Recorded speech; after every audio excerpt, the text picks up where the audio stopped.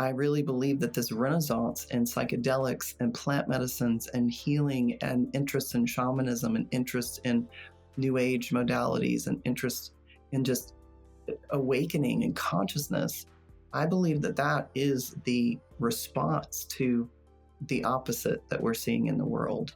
And so as we continue to do our work of inner peace and inner healing so that we can bring that to others, then that spreads and really that does affect the global, even though it might feel really small on your own and you might not see an immediate impact, but it does make an effect. But that's just one of the things I love about plant medicines is they're so potent.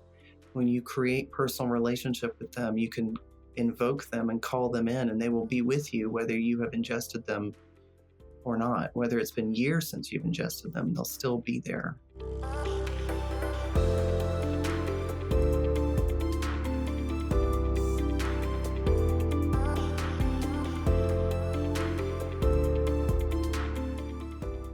Hey everyone, welcome to Pursuit of Infinity. I'm your host Josh, and today I'm here with ceremonialist and shamanic healer Bloom Post. Bloom, thank you so much for joining me today.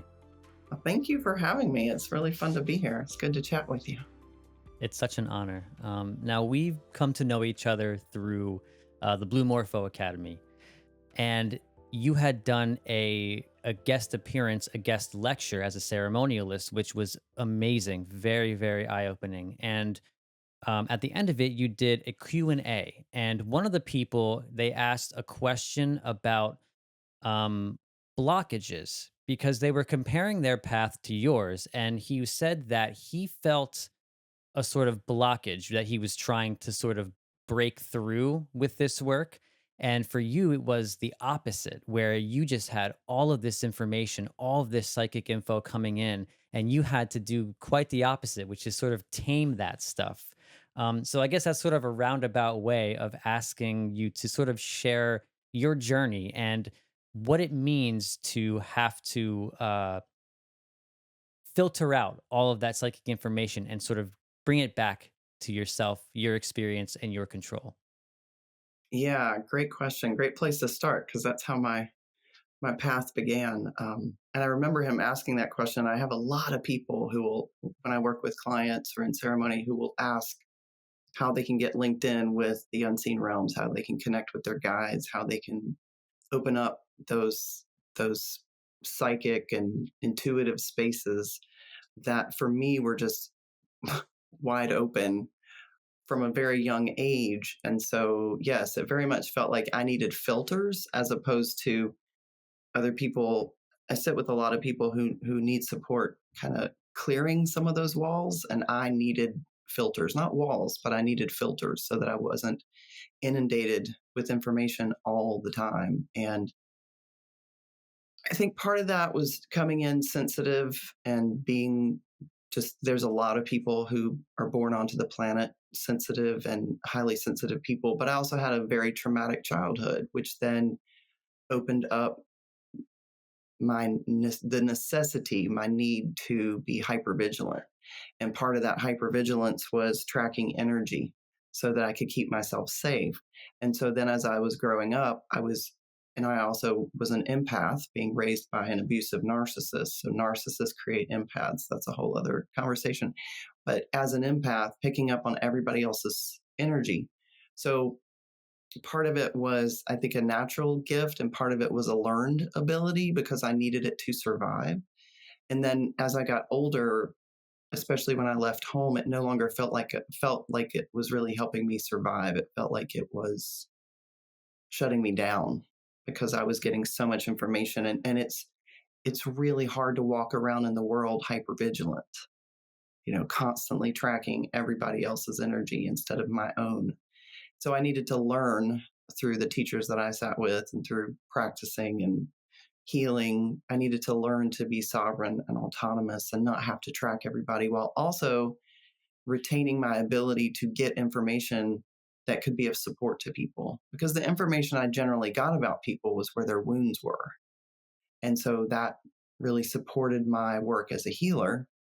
when I began moving in that direction and learning how to offer shamanic healing to people, being able to track people became a gift. But until I learned how to navigate that and create some balance so that I wasn't constantly receiving psychic information, yeah, it was an interesting tightrope to walk for a while. You mentioned that narcissists create empaths. Can you unpack that a little bit? Yeah, so I did some training with a really amazing therapist who is just absolutely a leader in this field, in my opinion. And she's moved out of the United States since I worked with her, but she did trainings around empaths and trainings around narcissistic personality disorder. And one of the things I learned through those workshops and trainings is that you can be highly sensitive without being an empath, but empaths are always highly sensitive, and empaths are created by narcissists. So, as a child, when we have a narcissist adult, usually a narcissist parent in our life, the energy of the narcissist is annihilation. So, as a child, very, very, very young, sometimes as an infant, we figure out real quick that it doesn't feel safe and the energy feels annihilating. And so the way most humans will navigate that is to become, and I'm speaking to this psychologically, but also shamanically. So I'm kind of bridging the information a little bit here. A therapist might not speak of it in exactly this languaging. But my experience, for example, is what often happens is that we have this annihilating energy coming from a source that should be protective. And so we open up and become one with that energy and track them and kind of blend with their energy to keep ourselves safe. And so then we start picking up some of those behaviors, which is why you don't have to be a narcissist, but you might have some narcissistic echo. Some of those behaviors still coming through if you grow up with a narcissistic adult for 18 to 20 years. And so the child often ends up growing up to be either an empath or a narcissist because it's really hard to survive any other way without blending with that energy because it's truly an energy of annihilation. And so that's where this energy around empath actually begins, where it's born, where it's created. And then that empath goes out into the world and is often still trying to track and become one with everybody's energy to stay safe, and then gets very overwhelmed. I work with a lot of empaths. And so when I learned about how narcissism creates an empath, it gave me a whole other understanding of how to work with empaths to be of support to them and to be of support to myself. Because a lot of us grow up thinking, I'm so sensitive, it's a curse. That's how I felt growing up. I was like, this is a curse. I feel like I'm crazy. And I met my first teacher, Shaman John, and he said, you might be crazy, but it's in a good way. Let me show you how to use it. And I love that. I absolutely love that because he didn't have any qualms with my emotional experience. He saw my gifts and he said, oh, I can show you how to work with that. And he helped me learn how to create healthy boundaries and how to track myself instead of other people all the time. And also to check what's mine and what's not mine. Because a lot of us are very sensitive in this world. And so things will be happening and we'll feel it. And sometimes people can start to spiral out because they're feeling the wounds of the world instead of tracking themselves and finding out, is this mine? No, this is not mine. Okay, I can be of support. I don't need to spiral. This isn't really my emotional experience right now.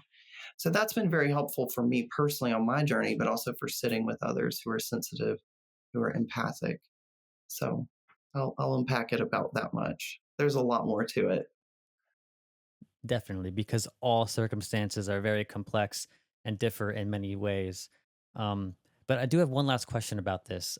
Is the path to healing for an empath very similar to the path of healing for a narcissist?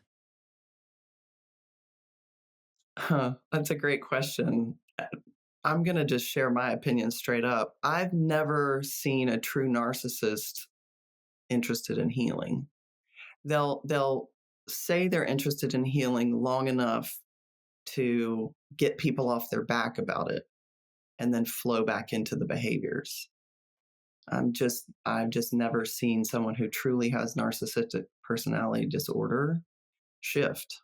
And I'm not saying it can't happen. And I've seen it on social media. There's people who call themselves narcissists and say that they're here to help others understand it and help heal that. But I would definitely, that's a big red flag for me if someone's announcing they're a narcissist, and then offering to support others to heal. I would be wary of that myself. But yeah, I've personally never seen it, but I haven't seen every person on the planet. There's all sorts of possibilities. My experience and what I've learned in the trainings that I went through is that there's a soul loss there for a narcissist. Someone who has narcissistic personality disorder has a soul loss that, from everything I've learned and everything I've seen and everything I've tracked, I have not yet seen anyone find a way to retrieve that soul. And so this to me is of epidemic proportions on the planet. Narcissism has become something that's so acceptable, and people just think it's a normal way to behave. And it can be very subtle. It might not be full narcissistic personality. I'm having a hard time saying the word narcissistic personality disorder. It might be the echoes we talk about. And we see a lot of those echoes in the programming, the patriarchal programming and the oppression programming. And we'll see a lot of those narcissistic behaviors and echoes in that. So I'm certainly not someone who's a PhD in narcissism, but what I've tracked shamanically is I've not yet seen how to retrieve those souls and really bring a true narcissist back to themselves. I'd love to see that happen.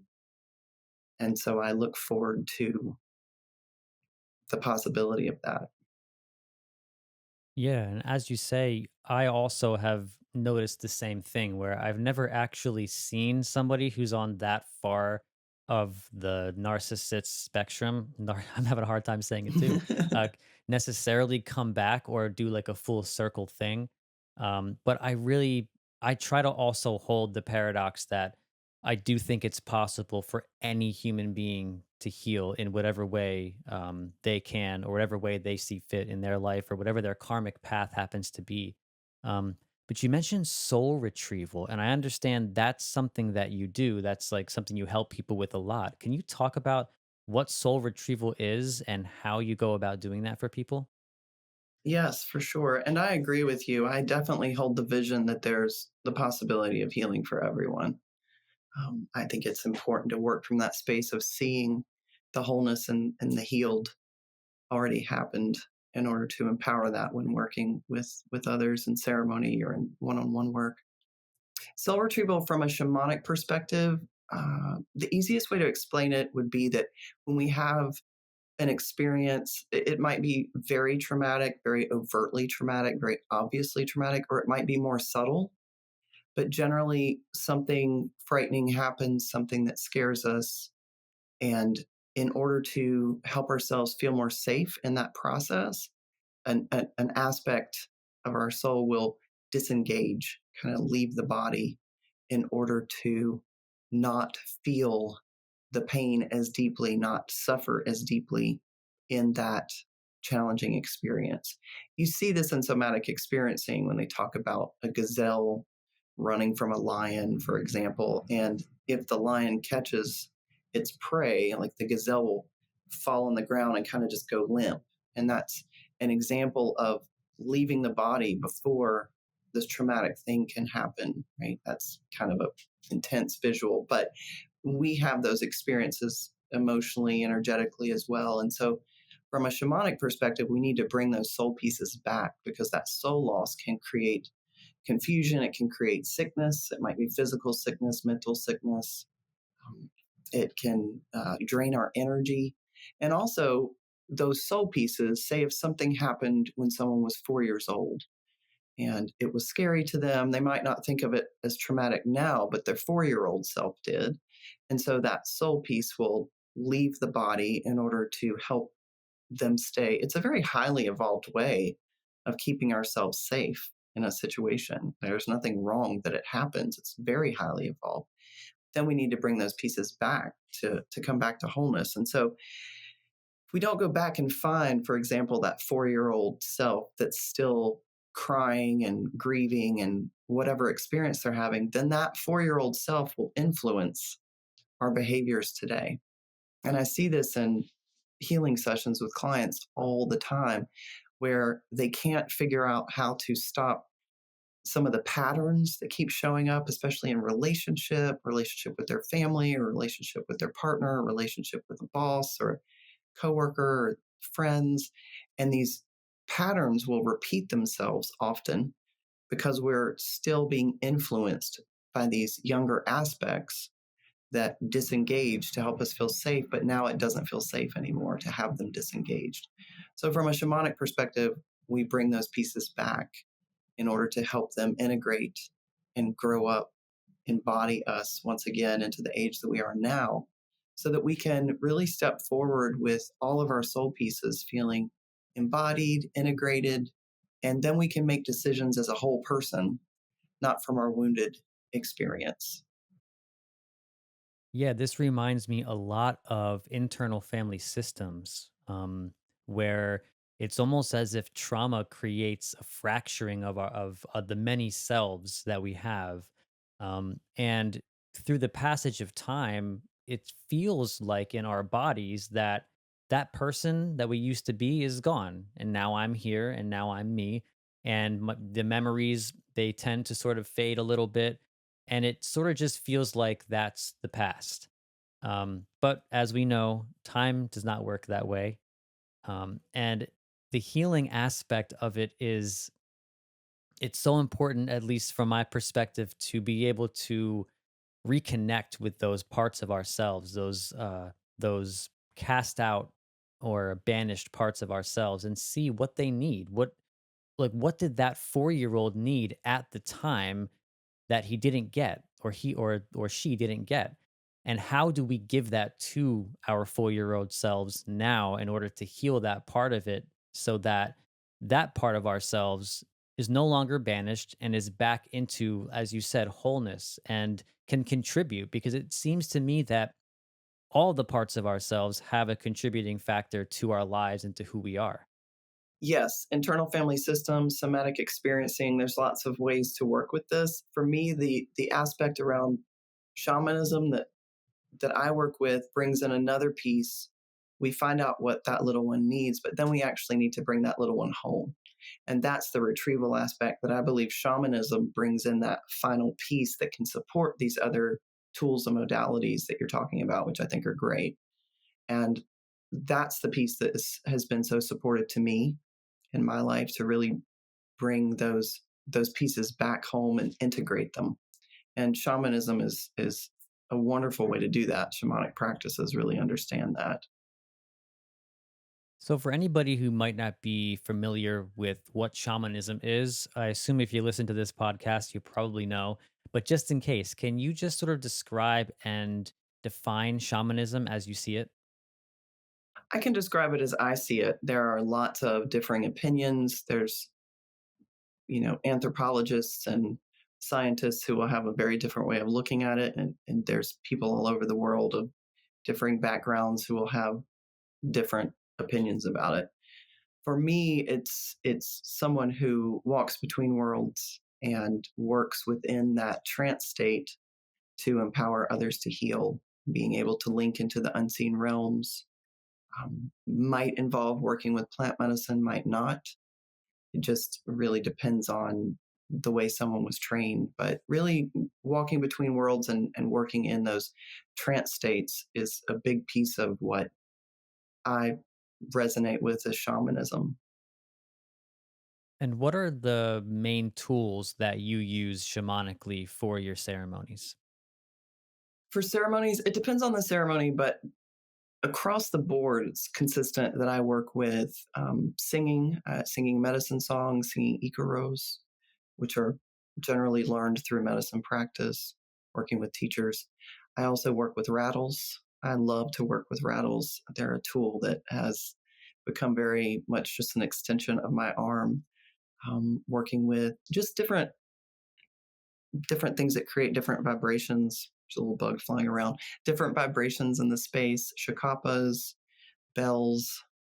I don't play bells, but sometimes I'll work with certain bells to create a certain vibration within the space. I have students who will bring a singing bowl and sometimes work with the singing bowl to help, but mostly I rattle and sing. I did recently start working again with a drum, so drumming and singing, but really working with medicine songs is my primary form of moving the energy within the space and working the medicine throughout the ceremonial space to empower each person to have their intentions realized within that space. Sometimes at the end of ceremonies, depending on which ceremony it is, I will work with people one on one and do some individual healing, doing what we call limpias, which is a cleansing of the energy. I do specific limpias to meaning I will find the space in their body very specifically. An overall limpia cleanses the whole body.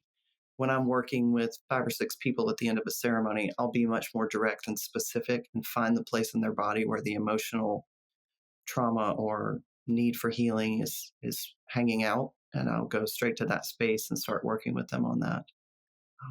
But I love to work with psychotropic plants. I love to work with non-psychotropic plants. And I mean, I when I first started out, I even worked with no plants at all and simply sang the medicine in because the plants are so powerful. They can show up whether we've ingested them or not. As third dimensional beings, it often helps us if we ingest them so that we can have that physical way of connecting. But that's just one of the things I love about plant medicines is they're so potent.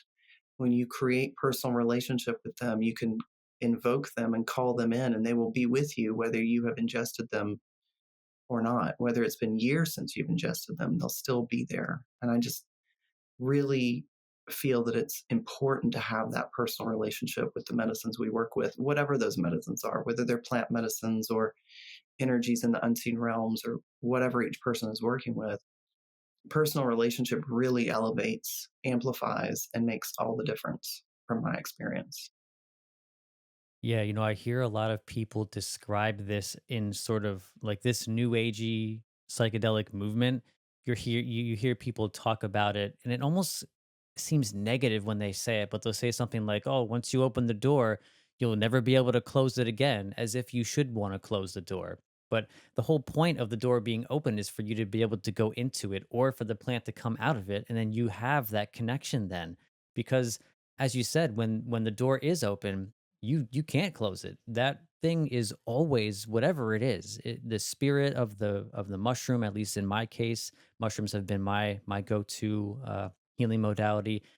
But you do create that relationship, and it is always with you every second of every day, and it's accessible. And it seems to me that through the tools of shamanism, it's even more accessible than at least like in my story, I used to just sort of put on cool music or, do something that I feel like is going to relax me and allow me to go inside.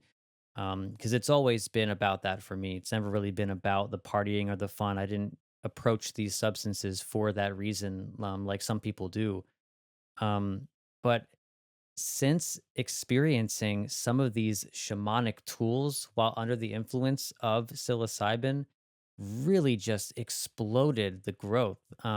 Because the first time I'd ever experienced an Ikro under the influence was through the Blue Morpho Academy through Hamilton's live ceremony. And it feels to me like I might not ever change the way I go about it. I might always approach this with Ikaros and with rattles and with these types of tools. They've been really effective. I love what you've shared, and I agree with you that intention is really what makes the difference.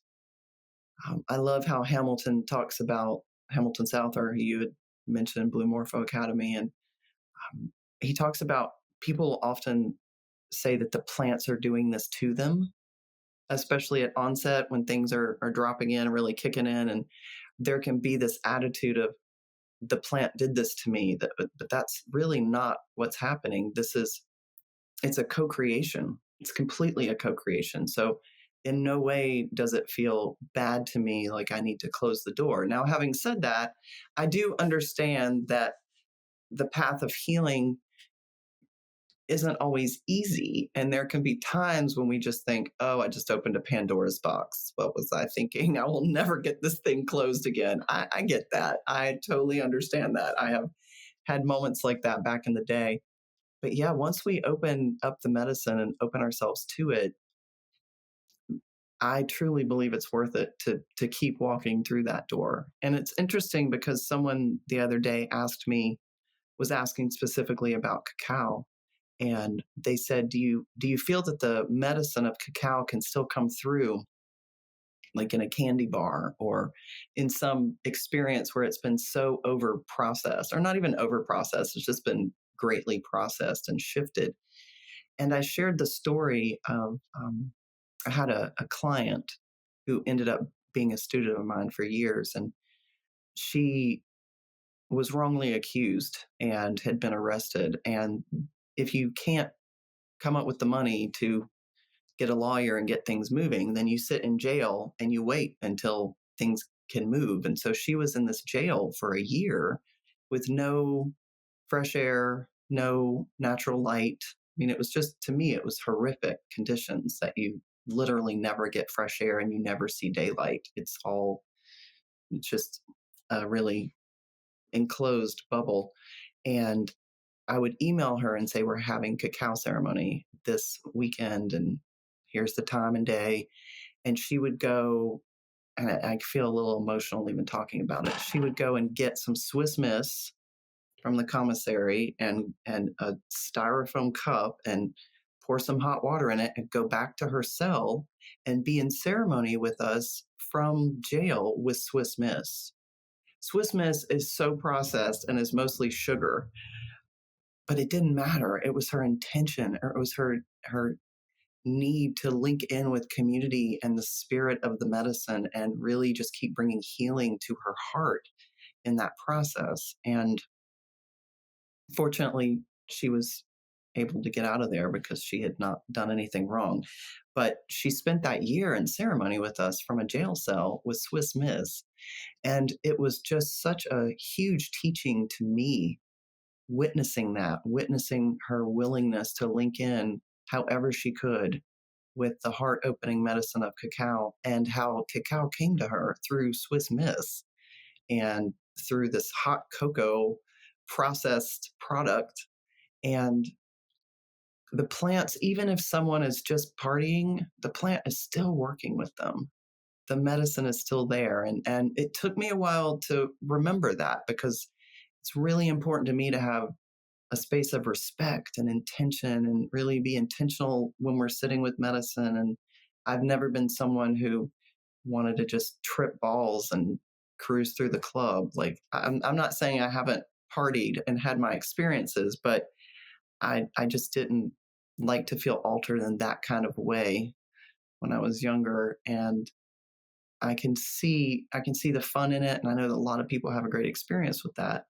And I do have a deep appreciation for when people bring intention to the experience. And so if they bring intention and they listen to a set list of music, they're in ceremony in their own way. You know, it doesn't mean we have to sing medicine songs and do things that we would consider shamanic to link in with the plants. And that's something that's so important for me to share with people, is that you're linking with plant medicine when you eat green beans. They're grown in the earth. They're grown in a garden, ideally. They might come out of a can or the frozen food section for some people. But when you're working with herbs, when you're drinking herb tea, garlic, I mean, just so many things that we put in our body without thinking about it, that's plant medicine. These are different forms of plant medicine. And they might not be psychedelic plant medicines, but they're still medicine from the earth. And so I always encourage people to, if you can't grow a garden, at least grow a plant. Grow a plant, link in with the green kingdom. And a garden is so much easier than it sounds. It really is. I have a garden, I have gardens every year, and it's survival of the fittest in my garden because I give up on weeding after a while. But I have all sorts of vegetables and flowers and herbs that are at my disposal, and I get to see how they grow and be with them as they grow. And so the energy that comes into my body is so healing. And for me, it's so important to keep spreading the message within this psychedelic renaissance that non-psychedelic plants are part of the renaissance, because in between these ceremonies and these tripping experiences is integration, and integration is so vital, and there's so many plants that can support us in that process. Yeah, integration, such an important aspect of this renaissance. And I mean, not to change the subject too much, but a lot of what I'm seeing in popular culture with these substances coming back, it seems like the integration aspect and the intention part of it doesn't seem like they're quite getting it, which is why I think shamanism is so important. And if you listen to a lot of people of the past, whether it be influences like Terrence McKenna, Ram Dass, a lot of these people talk about shamanism as like a need, as a foundation. We have to have a shamanic foundation to understand these plants to do this the correct way so we don't sort of repeat the patterns of the past. Well, everybody might not be called towards a more shamanic understanding, but the basics of that, the basics of a shamanic understanding are personal relationship. And so even if someone doesn't feel a resonance with the idea of shamanic, or it may never come onto their radar, it really is about personal relationship. And so if I'm reaching out to the plant saying, do this for me, do this for me, do this for me, how much of this can I put in my system? How often can I do this? What can this plant do for me? But I'm not also saying, what can I do for this plant? What can I bring in sacred reciprocity? How can this be a circle instead of a one-sided gimme, gimme, gimme, gimme? Because that's what I see happening sometimes. I do see a lot of respect and intention. And then sometimes I also see this almost capitalistic vibration of what can the plants do for me? The plants need to do this for me. I need this, I need this. And it feels like we're just gobbling it all up in kind of a capitalist way. And I just don't want to have a relationship like that with the plants. I want to ask the plants, what can I do for you? How can I be in service to you and others?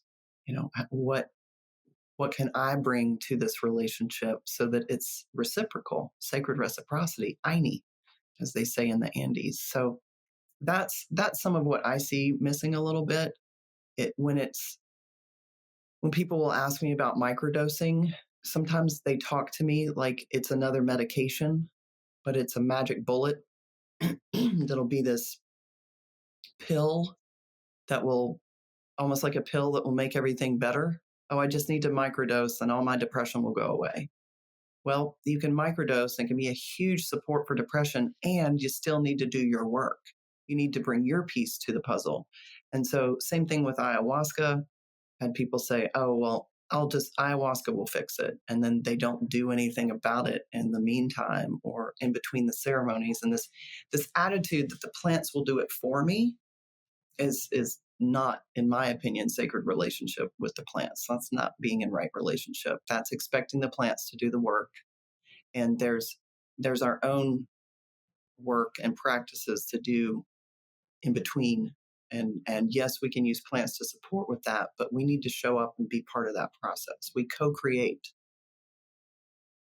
Definitely, yes. And whenever I go into that world, into that realm, there's always an aspect of that. There's always it almost is like an expectation where the spirit is like, maybe you didn't do what I needed you to do last time, and now you're not showing up as like the level of co-creationist that I need you to, but it's okay. We're going to get through it. And, it shows me the way anyway. But there always is this aspect of like, what am I bringing to the experience? And I try to impart that on anyone who asks me about it or comes to me and requests any sort of like a sitter situation.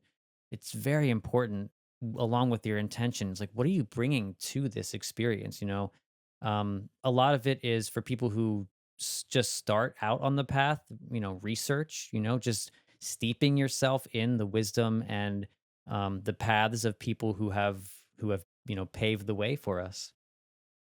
Yeah, it's interesting. I'm finding that it's awesome that there's so much information online. Yet I also find that a lot of people will have a lot of information but not necessarily a lot of experience. And, information isn't the same thing as wisdom. For me, wisdom comes from that relationship and from experience and from practice and from spending time together. If I go on a dating site and I get all this information about a person, that doesn't mean I know them, right? I have to date them and get to know them and spend time together and create a connection there that is a relationship. To me, it's very similar with plant medicine. There's every piece of information is on the internet now. And so people think they know a bunch of stuff because they read it online, and they can just go make DMT or whatever because it's right there on the internet without any container or any teacher or any kind of accountability as to how they're moving forward with their experience. And I trust that everybody's going to do what they need to do, and their karma, their dharma, their soul contracts in this world. I'm not trying to judge how people want to do it. I just have some questions around where is the teacher relationship with someone who's been there? Where is the accountability? Where is the reflection from something other than ourselves? Because I've seen that plants can be a powerful reflection of the work that we can do. They can also powerfully reflect our ego. And so sometimes I hear people talking, and it sounds like what's getting reflected to them is what they want to hear. What's getting reflected is their ego, and then they're moving forward from that space. And to me, that can be a little dangerous. Like, not necessarily physically dangerous, but maybe mostly energetically for them, just that it can become delusional. And it might be a very high functioning delusion, but it still feels to me like it's important to have people who can hold us accountable, who can reflect for us our shadow and our places that we can't see, who can help us be in integrity on the path. I think that's a really big piece that's needed for this psychedelic renaissance, is to have renaissance. Listen to my southern accents, renaissance. Um, to have teachers, plant teachers, as well as a human teacher who can hold us accountable and help us stay in integrity on this path. Because I find that for most people, that's easier when we have a teacher to walk with us through that. We have someone who can reflect for us in that way, because there's so much we can't see within ourselves, and especially early on in the path. And I feel like that's a piece that's missing when everything is available online and you could just dive in on your own. Then this understanding of working with a teacher can get lost. And I hope that that will come back around. I think it's really important. I have teachers that I work with. I have had teachers on this path. I've also had times when I had to really check myself and learn from the plants. I've done it both ways. And I really appreciate having a human teacher who's been through the experience and can really hold me accountable and help me stay in integrity with my journey. Yeah, yeah. You bring up the capitalist nature of like just consuming, consuming, and we do that with information. We consume, consume, and we think that if we consume enough information, then somehow we'll just get there. But another important aspect of it is that information that we obtain from internet, books, videos, whatever it may be, is just language. It's in English or whatever language you happen to speak. And these realms, these substances, plant medicine, these types of ceremonies, they don't speak to you necessarily. I mean, sometimes they do in They English or talk. They talk in to me all the words. time. They talk to me Do all the they? time. But I hear what you're saying. I totally hear what you're saying, and I didn't mean to cut you off, but I'm verbal, and that's the way I communicate with the spirits, and I also can see and feel, and I have lots of ways of linking in. But yes, the plants very much talk to me. When you're in ceremony, like with the mushrooms, they don't have a conversation with you. Is that what you're saying? They do, but Okay. it's the conversation usually goes something like this. Like here's one of like my very favorite conversations that I ever had with the mushroom, where um I was able to sort of break into this like, very expansive, like cosmic realm. It felt like in my mind where I could. It literally said to me in English, "You can ask me any question you want, and I'm going to give you the answer. Here it is. So I started asking these questions, and I'd ask it a question, and it would say, "Well, I can't really tell you the answer to that, but let me just give you this." And it would just give me this experience that would show me the answer. And I was like, "Wow, that is amazing." And I'd say, "Well, what about this? Can I know this? Can you answer me this question and that question?" And it would just give me a little wink, and it would say, "Well, I can't answer you, but I'm going to show you like this." But there have been other times where it has given me just straight answers to things, or not even answers, but just messages. And it jokes sometimes. I've this trickster aspect of the mushroom is just so, I love it so much. One time it like just spoke to me in an Australian accent for some reason, and I was like, "All right, that's cool. That's kind of funny." And it gives these interesting messages that to me are just massive cosmic winks at my inability to comprehend the vastness of the mystery. I hear what you're saying though, when you talk about we can get information online and that's just words, but then actually sitting with the medicines is a whole other way of communicating. And yes, we might have some verbal discussion, but it's etheric, it's auric, it's shamanic, it's energetic, it's cosmic, it's altered. It's a whole other experience that can't really be put into words. And so I can see where you were going with that thought. But yeah, I've definitely had those experiences where I'm clearly communicated with, and then also those experiences where, yeah, you can't be in your mind for this. You need to live this. You need to feel this. A felt sense, lived, embodied experience of what the plant medicine is bringing. And yeah, it's interesting to bring that experiential aspect in, which is so different than. And I do think it's important to do research. I'm not poo pooing doing research or getting information at all, especially with precautions and interactions. If people are taking medications, it's very important to do your research and to know the medicine. Yeah, for me, it's just like you're saying. That's just one aspect, and then the felt sense lived experience is a whole other thing. Yeah, yeah. And another super interesting aspect of what I hear you talk a lot about, and I hear about it from a lot of people too. I remember I've listened to a guy named Paul Selig who speaks with what you call guides. And I've never really understood because I haven't really gotten an explanation. I haven't really gotten to talk to anybody who has been able to create a relationship with guides. So, can you tell me what are guides? How do they communicate with you? Do you see them? Do you hear them? Yeah, that's a great question. I love to work with guides. That's where I started because the first shaman in that I met in 1999, which is really how I got started on this path. He didn't work with plant medicines. He still doesn't, and so he taught me much more traditionally from a place of not working with medicine. It was all about connecting with guides, tracking energy, soul retrieval, finding portals, all sorts of interesting things. And we did a lot of work out in the forest, in the woods, um, and so working with guides is something that came very naturally to me. The easiest way to explain it might be that we're working with energies in the unseen realms that are here to support us. And depending on what resonates for you, that's where your guidance will be. I when I work with clients and help them link with their guides, I don't tell them this is who you need to work with. I mean, I can see who's available to them, but I want to walk them through that process of linking in so that it really feels resonant and authentic for them. And sometimes they link with guides that I didn't realize they were going to link with, which is awesome to witness as well.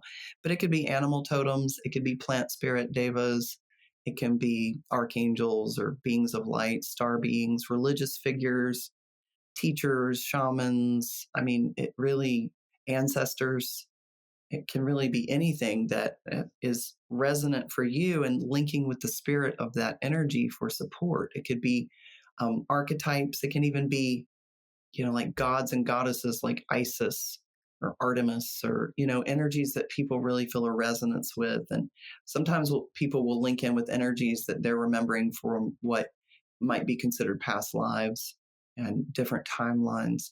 But often people will find it easier to link with animal totems first, just because we have a lot of that medicine around us, or we see it, it feels more tangible and third dimensional to us. But yeah, there's all sorts of possibilities. And linking with your guides is a practice. It's a practice of listening.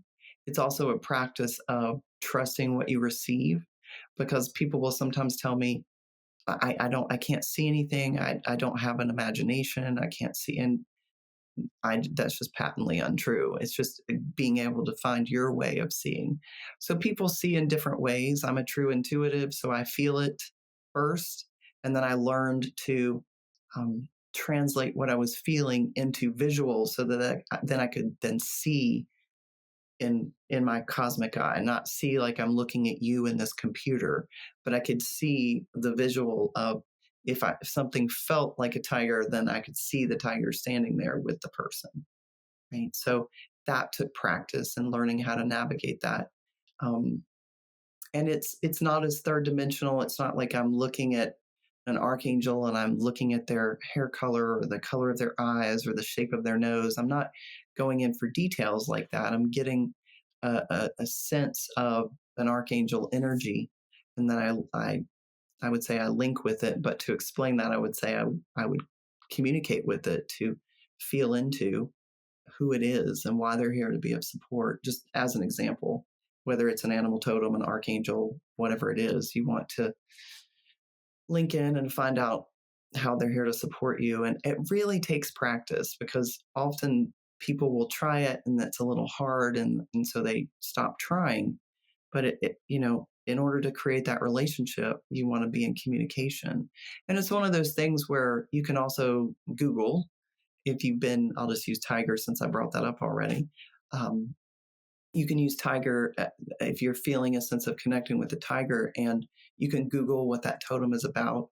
You can Google and research what the archangels bring as far as human understanding, star beings, different things. You can get information and research, so you have a better understanding of what you're linking with, and sometimes that can help you create a relationship as well. But my experience from a shamanic perspective is that humans can't always be what we need them to be or what we want them to be 24/7. And we can't always be for ourselves what we want us to be. So when I found my guides in the realms, it was absolutely pure unconditional love. They were available 24/7. There was no judgment. It was just absolutely everything you would want in a relationship. And so it empowered me to have that experience of deep, unconditional love without judgment, always supported, always guided.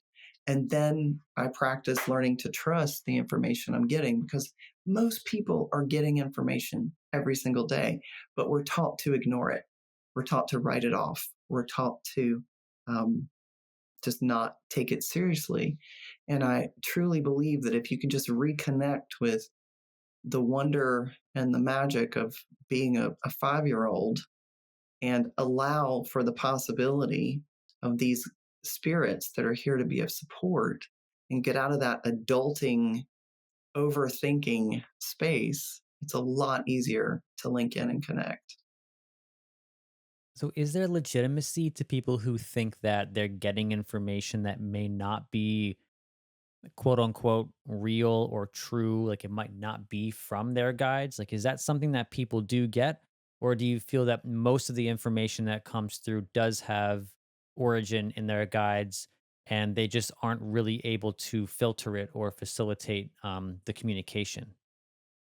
There are all sorts of energies floating around in our consciousness that we then experience floating around in the unseen realms. So there's certainly um, opportunities for someone to get, if I want to be careful about talking about this because I don't want to create fear. And so as soon as you ask that question, if I start answering from a purely shamanic perspective, I feel like people might run with that in a direction that I'm not intending to go. If you see someone who's not necessarily mentally stable and is having some mental health issues, and they're saying they're receiving messages that feel harmful to that person or to others, then I think for me, it's pretty obvious that they're receiving information that's not supportive to them and isn't coming from the kind of guides that I would link you with. But though it doesn't mean that those energies don't exist. I tend to call them entities if they're energies that I don't want to link with because they don't feel supportive. They feel possibly harmful. There's an aspect of anything that's in our consciousness can be available in the realms. Because when we link with guides, we're really linking with aspects of ourselves. That's why it's so resonant for us. Even if someone's linking with a religious figure, they're still linking with an aspect of themselves that maybe they got programmed into that aspect, or maybe it's something they really resonate with, but it's still an aspect from their consciousness that they're working with. And I also have talked to guides that very much do not feel like they're part of my consciousness, and they're very supportive. So I don't want this to sound like guides are something that we project out. It's both and that's a shamanic perspective that can cause some cognitive dissonance sometimes for folks. But my experience is that guides are separate from us, and they're also an aspect of us. If someone is receiving information that could possibly not be helpful to them, then they might be linking in with an entity aspect that's not helpful to them. And that's very much a possibility, which is why I work with people to support them in linking in with what will actually be helpful to them. So I'm not sure if I answered your question, but we can all get information that we need to pass through a lens of integrity, a lens of accountability, and a lens of common sense. And so generally, when we're doing that and we have a teacher who can help us check our ego, then we can get very clear communication from our guides. But sure, it's totally possible for someone to link in with an entity that is giving them information that doesn't feel very helpful or supportive. I don't find that often to be the case with people who work with me and ask to link with their guides. They're not generally going into those spaces. I find that can be the case with people who already have a tendency towards linking in with things that we might consider of a not supportive nature.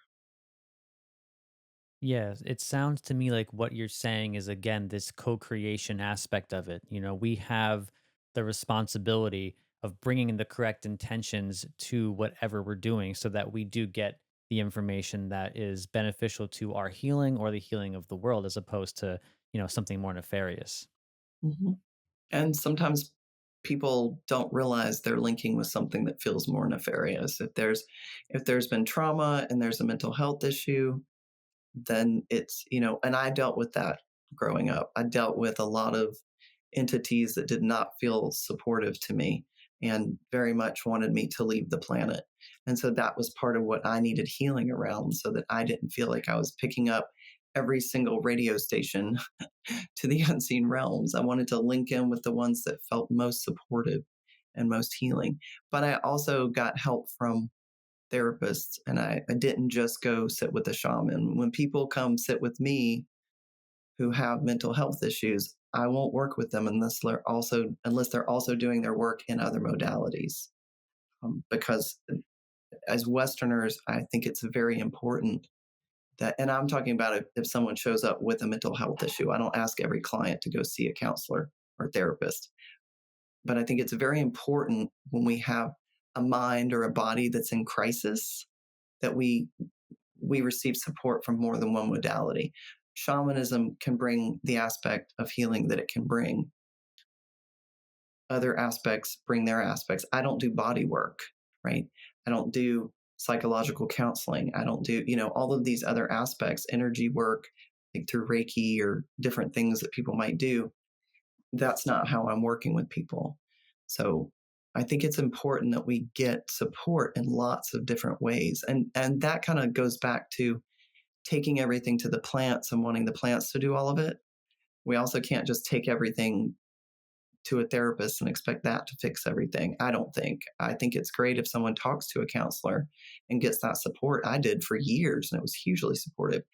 And I also needed the shamanic aspect, and I needed the plant aspect, and I needed the body work, and I needed the full holistic spectrum. And I think that's important. Very, very important. And it seems that this day and age, we are looking for one answer to everything instead of a holistic answer. A holistic answer of practice. It takes work. It's not easy. It's very difficult at times. But we like to take one pill and hope that everything is going to be better.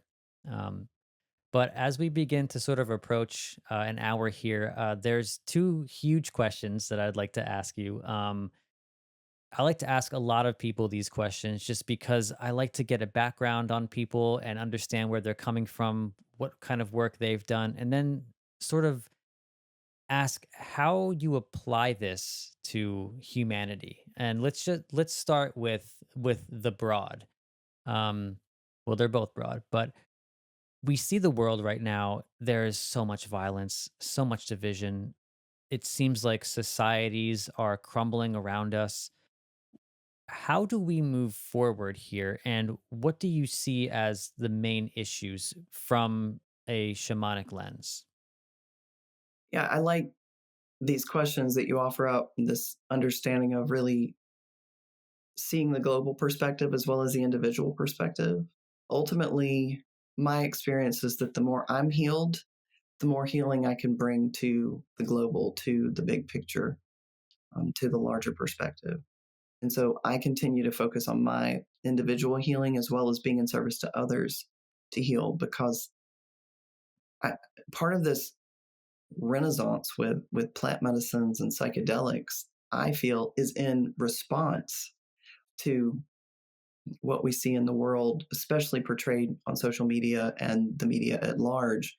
You know, in journalism, if it bleeds, it leads. So they're not necessarily inclined to put the feel good stories on the front page, so to speak. I'm not saying there's not awful things happening on the planet, but we get inundated with that. And I really believe that this renaissance in psychedelics and plant medicines and healing and interest in shamanism and interest in new age modalities and interest in just awakening and consciousness, I believe that that is the response to the opposite that we're seeing in the world.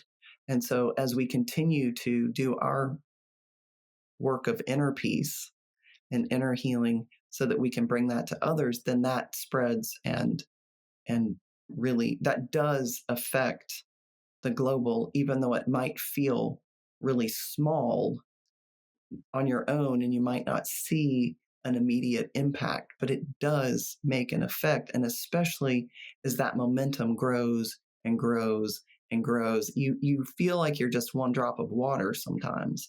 But you got to remember there's an ocean of other drops of water doing the same thing, and that momentum builds. And so that's a big piece of bringing that healing and that inner peace to the tribe of humanity. And also, when I'm autonomous and sovereign and conscious in my daily life, then I'm not triggered and activated and hooking in to the drama of humanity. And so I'm not adding to that energetic. It doesn't mean I don't also sign petitions and donate money and do what I can to be an ally and to, bring an end to these oppressive experiences. I'm not saying don't do anything in the third dimensional. Many people are called to support in different ways. For me, it's important that the support I bring comes from a place of being empowered and autonomous and sovereign and in alignment with peace and harmony, and not from a wounded reactive place, so that I'm not adding to the collective drama. Very beautifully said. I completely agree. It's resonates with me very strongly. And I really love the analogy of the drop in the ocean. Like all of us are a drop in this massive ocean that we share. Which brings me to my next massive question, because I always kind of consider consciousness itself when I consider what that is. I like to consider it as an ocean, and we are each just drops in that ocean that merge back with it, when all of this is done. So, throughout all of your experience, all of your practices, when you contemplate what consciousness is, what does it mean to be alive? Like, what is this whole thing we're doing? Where does your mind go? Wow, that is a massive question. One of the unanswerables, right? Um, I would say at this point in my life, because it's always evolving and changing, but in this particular moment, consciousness, awakening, awareness, what is life all about? It might sound cheesy, but it just feels like it's about love because the more I can be present, the more I can step out of my bullshit and and really be in integrity with myself and continue my healing and be present with others and be compassionate and kind and I don't even have to be patient. To me, patient feels like I'm choosing to be patient because I don't want to be. It kind of feels like you're annoying me, so I'm going to be patient with you. And that's not where I want to come from. True patience to me is that kindness and compassion for myself so that I can then express that for others because I have people come and sit with me from all different experiences. And I'm having my experience too. And so it it doesn't matter what kind of mood I'm in. I want to show up from a place of kindness and compassion and that awareness and that love so that I can also just have fun. One of the things I've learned over the years, because I took myself hella seriously, I'm remembering now that you said I could curse, so I'm going to get all my curse words in right here at the end, because I was being so polite.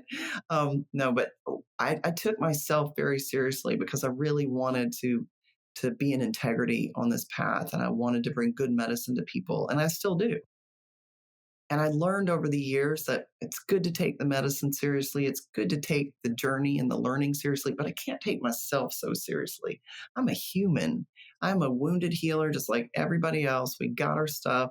And something that's come up so much for me is like, I'm here to have fun.